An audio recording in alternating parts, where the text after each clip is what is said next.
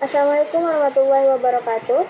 Izin memperkenalkan diri, nama saya Renata Darmawan dari kelas TRPL 2A Pagi. Di sini saya akan mengerjakan praktikum AAS mata kuliah pemrograman basis data. Bisa dilihat ini adalah modul dan database PHP MyAdmin.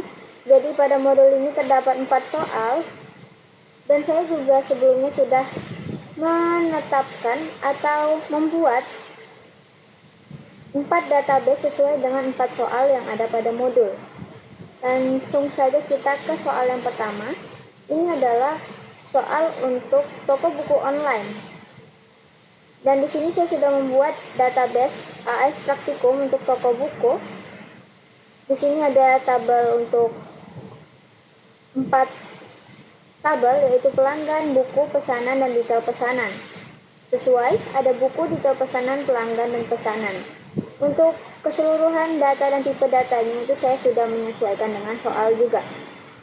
Lanjut kita ke pertanyaan yang pertama, yaitu menampilkan daftar nama pelanggan beserta total uang yang mereka belanjakan dari yang terbesar.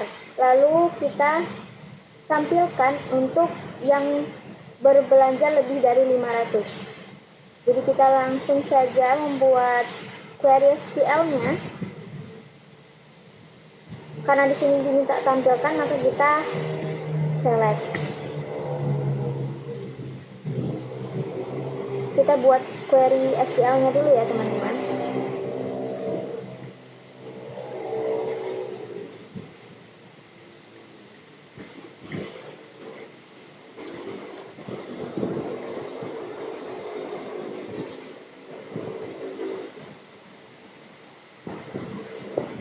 Nanti setelah selesai kita membuat query, saya akan menjelaskan keseluruhan isinya.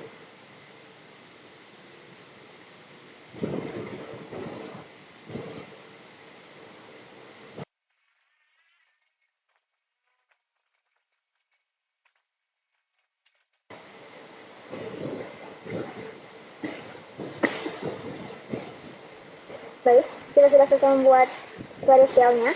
Di sini ada select, yaitu untuk menampilkan nama dari tabel pelanggan. Di sini kita memakai fungsi aggregate sum, yaitu untuk mengetahui jumlah total dari belanja masing-masing pelanggan, yaitu dari tabel detail pesanan, jumlah dan harga dari tabel buku. Dan kita mengaliaskan jadi total belanja.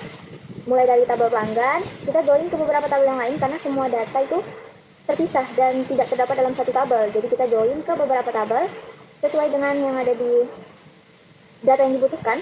Lalu di sini kita pakai group by karena nanti kan kita ingin menjadikan dia satu, total kesatuan, jadi supaya tidak terpisah. Jadi kita pakai group by. Lalu kita memakai having. Kenapa kita pakai having? Karena di sini kalau misal where itu harus digunakan sebelum group by. Jika kita menggunakan having kan digunakan setelah group by. Having untuk menampilkan juga kan, ini menampilkannya jumlah tadi yang total belanjanya itu lebih dari 500.000. Lalu kita order by ini untuk mengurutkan total belanja dengan urutan descending, yaitu dari yang terbesar. Jadi sekarang kita jalankan saja query-nya.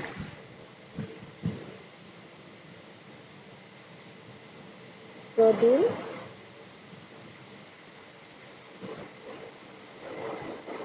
Oke. Sekarang sudah tertampilkan. Oke, sudah tertampilkan. Oke, sekarang sudah ditampilkan. Total belanja yang melebihi 500.000 dan itu diurutkan dari yang terbesar. Di sini ada Zahra, Rena, Dina, Rajif, dan Winda dengan total belanja di atas 500. Ada 950, 630, 600, 570, dan 540. Kita lanjut ke soal yang B. Di sini tampilkan 5 buku dengan kategori fiksi dan terjualnya itu pada tahun 2023. Oke, lanjut saja kita ke query untuk mengerjakan soal yang 1B.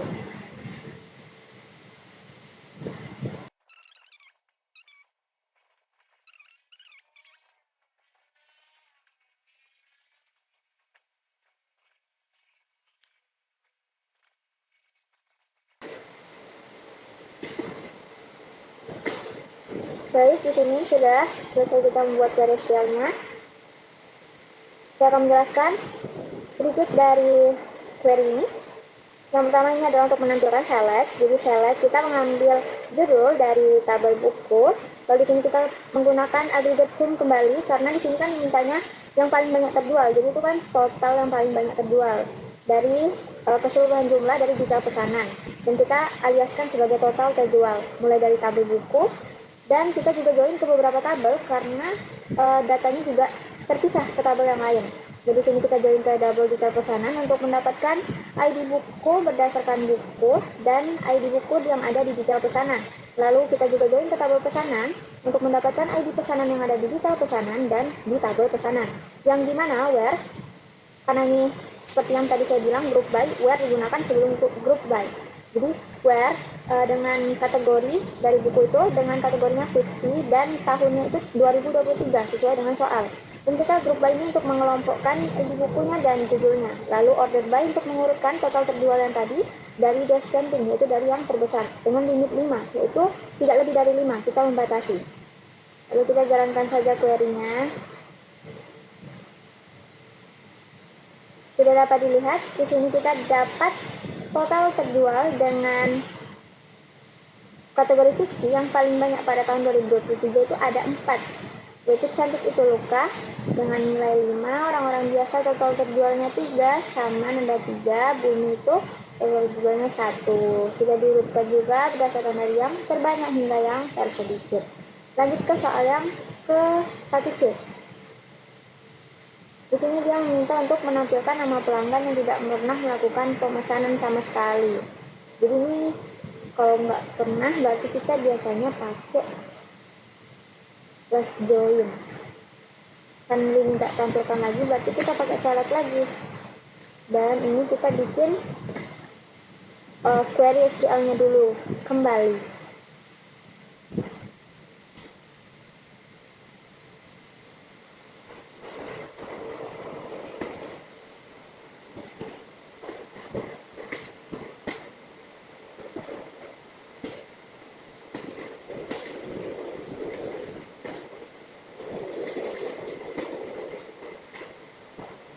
Dari tabel pesanan supaya tahu di mana kondisinya itu where ID pesanan itu dia bernilai 0 itu tidak ada gitu kan, jadi kosong biar kita tahu. Lanjut kita jalankan saja query-nya.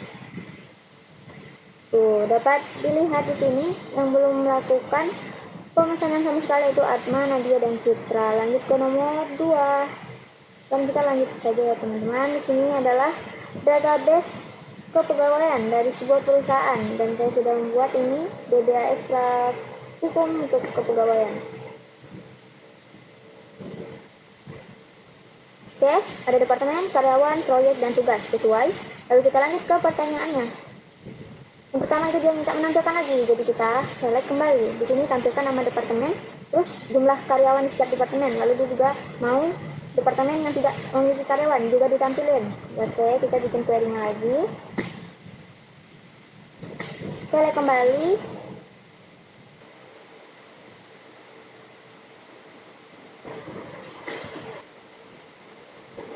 Oke, sudah. Di sini kita select nama departemen dari tabel departemen.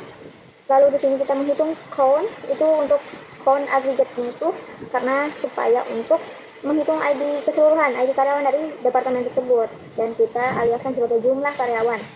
Dimulai dari tabel departemen, sini kita menggunakan left join supaya yang di departemen yang tidak memiliki karyawan itu juga ikut tertampil, dan menghubungkan itu untuk menghubungkan ID departemen yang ada di departemen dan ID departemen yang ada di tabel karyawan.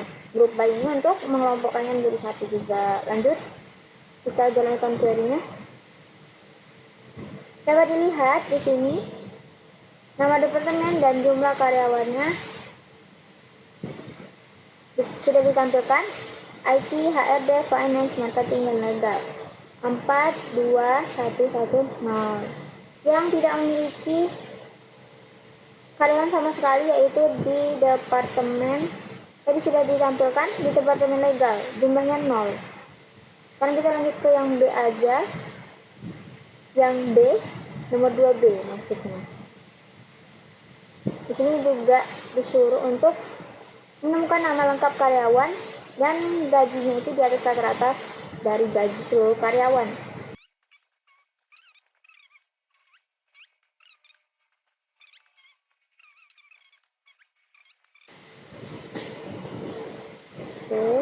kita jalankan query-nya.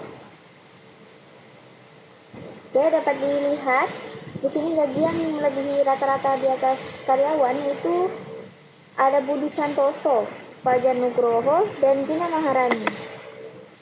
Lanjut kita ke soal 2 yang C. Itu dia mintanya untuk menampilkan nama lengkap karyawan dari Departemen IT yang dia tidak mendapatkan proyek apapun.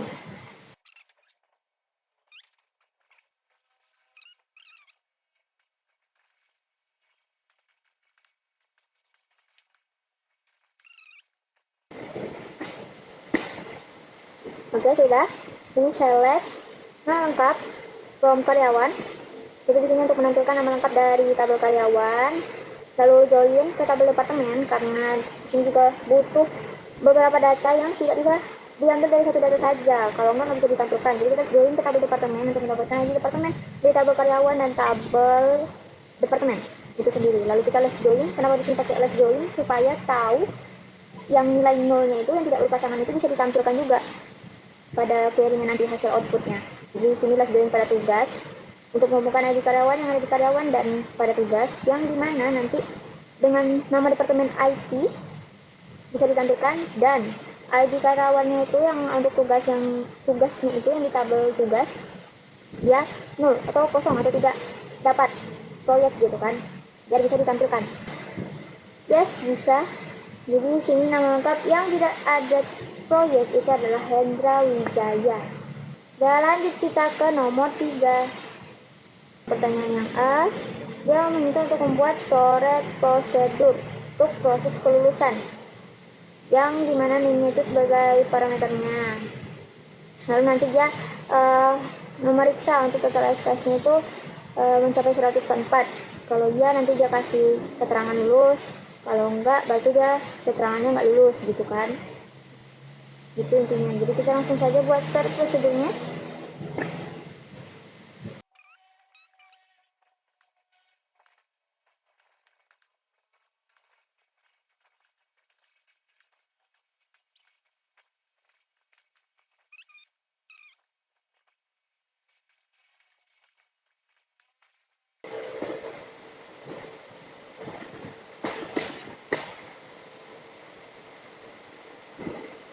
Oke, selanjutnya aku bakal menjelaskan.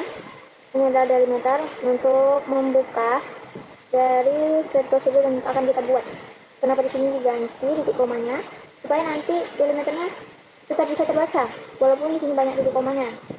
Kalau misal dipakai dari awal, nanti takutnya error karena terhenti dari awal gitu kan, tidak terbaca oleh SQL-nya. Jadi kita menggunakan dolar. Lalu kita membuat create procedure sesuai soal proses kelulusan, yang dimana inputnya itu adalah dari NIM, berdasarkan NIM. Dimulai dari kita mendeklarasikan variabel untuk total SKS.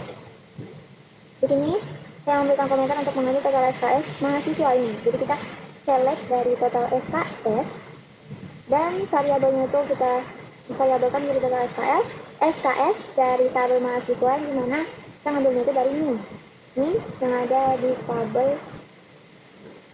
ini prosedur kan NIM berdasarkan NIM. Lalu kita juga mengecek syarat kelulusannya yang dimana if dari variabel SKS-nya itu lebih dari 144, maka nanti di tabel mahasiswa dia akan update, dia akan men-set status menjadi lulus jika total SKS-nya lebih dari 144 dengan NIM yang sudah kita inputkan dari awal ini. Lalu select lagi dengan memberikan pesan yaitu mahasiswa dengan NIM yang sudah diinput berhasil diluluskan. Lalu jika dia tidak lebih dari 144, maka akan ditampilkan pesan mahasiswa dengan NIM yang tadi diinput belum memenuhi syarat kelulusan.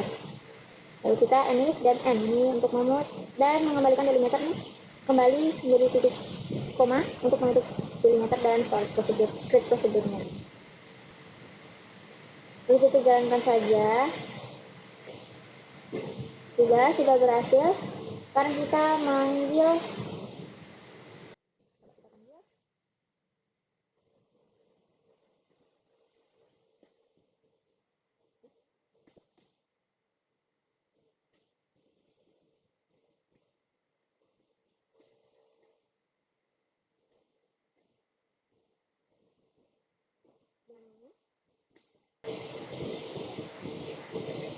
Kita panggil. Oke, mahasiswa dengan NIM 2301001 berhasil diluluskan. Mari kita lihat di tabel mahasiswa, harus berubah. Nah, dia sudah berubah. Aris yang tadinya aktif menjadi lulus. Sekarang kita coba ke Budi.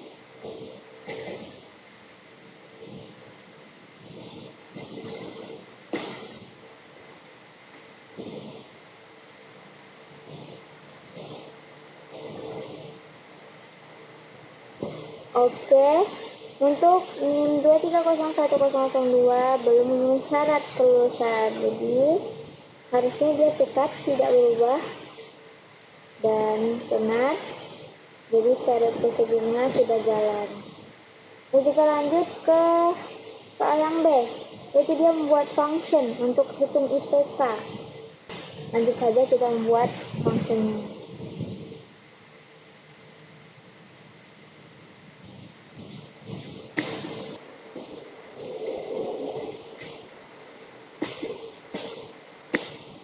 Oke, sudah. Jadi kita langsung saja dijelaskan. Jadi kita sama seperti sebelumnya, delimiter $, karena sebagai SQL-nya dapat terbaca secara keseluruhan. Lalu di sini kita membuat function untuk hitung IPK dengan untuk parameternya itu NIM.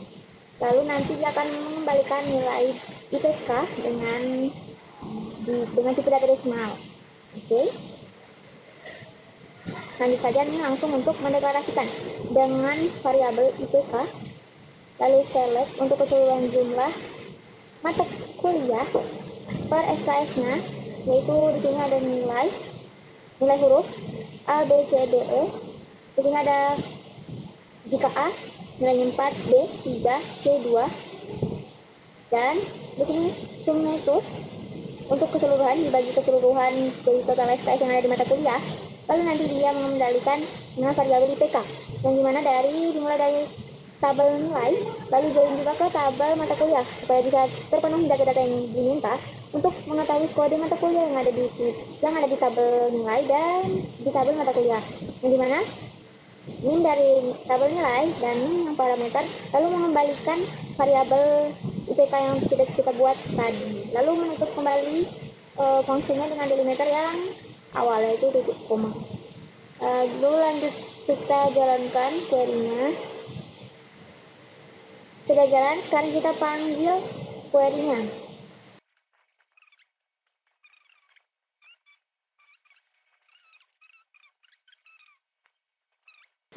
Oke, di sini dapat ditampilkan untuk NIM dengan 2301001 IPK-nya adalah 3,43. Coba kita jalankan ke yang Budi yang tadi.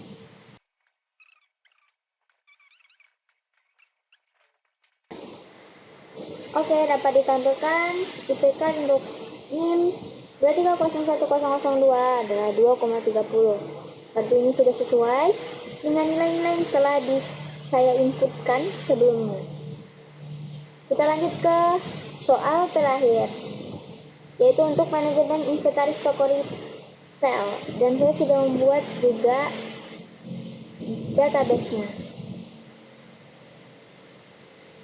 Di sini dapat kita lihat untuk detail penjualan masih kosong, log stoknya juga masih kosong.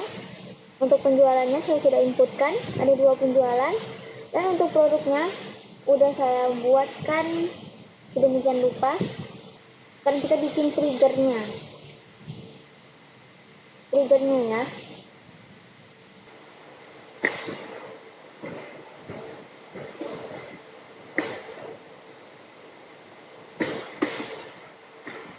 Oke, sudah. Dan sini kita sudah membuat create triggernya update stok setelah penjualan. Lalu dia harus aktif after insert setelah memasukkan data detail penjualan, tabel detail penjualan untuk setiap baris, dimulai dari deklarasinya untuk variabel sisa stok. Di sini untuk mengurangi stok, di sini kita update dari tabel produk. Jadi nanti jika sudah ditambahkan pada tingkat penjualan, Jadi stoknya itu bakal dikurang sama jumlah yang terbaru. Dimana ID produknya itu bakal diambil dari ID produk yang tadi ditambahkan. Baru ambil stok terbaru. Jadi nanti dia bakal select dari stok yang ada di penjualan dan memberikan kembali sisa stok. Lalu tabel produknya berdasarkan tabel produk, yang dimana ID produknya itu bakal diambil dari ID produk yang terbaru. Lalu if sisa stok, nanti jika stok kurang dari 10, maka kan dia akan menyimpan ke log. Nah, jadi if sisa stok kurang dari 10, maka dia akan insert ke log stok rendah dengan variabel ID produk stok tersisa waktu peringatan ini sesuai sama isian yang ada di log stok rendah dengan value-nya tadi ngambil dari new ID produk ini yang terbaru, lalu sisa stoknya baru now untuk waktu pengingatannya itu yang sekarang. Lalu ditutup kembali triggernya dan dikembalikan dengan titik koma. Sulitnya tuh dikembalikan dengan titik koma. Oke, sudah update dan sudah bisa dijalankan query-nya. Sekarang berarti kita harus menambahkan data di detail penjualan. Kita lihat dulu di tabel penjualan sudah saya tambahkan ID-nya 1 dan 2. Kita juga lihat dulu di produk. Untuk kita nih sekarang nambahin yang ID produk 1 aja ya, stoknya 50.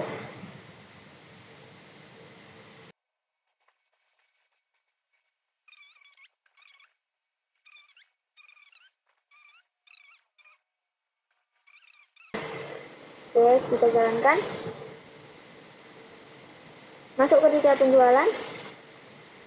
Oke, jumlah yang terjual itu 5. Kita lihat di tabel log stok rendah.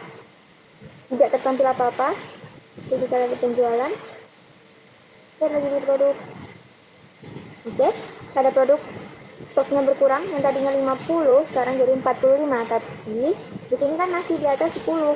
Dia kalau masuk ke log stok rendah itu jika kurang dari 10. Nah, kita coba cari nih kopi kapal api dengan ID produk 5. Totalnya kan 8. Kita jual 2 lah.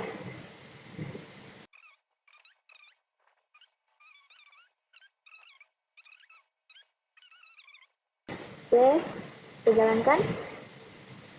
Oke, masuk ke detail penjualan 5. Jumlahnya yang terjual itu 2. Nah, dia masuk ke log stok rendah karena stoknya tersisa 6 di bawah 10. Coba kita lihat di tabel produk. Tadi kopi yang 8 jadi sisa 6. Berarti trigger yang sudah saya buat berjalan dengan lancar.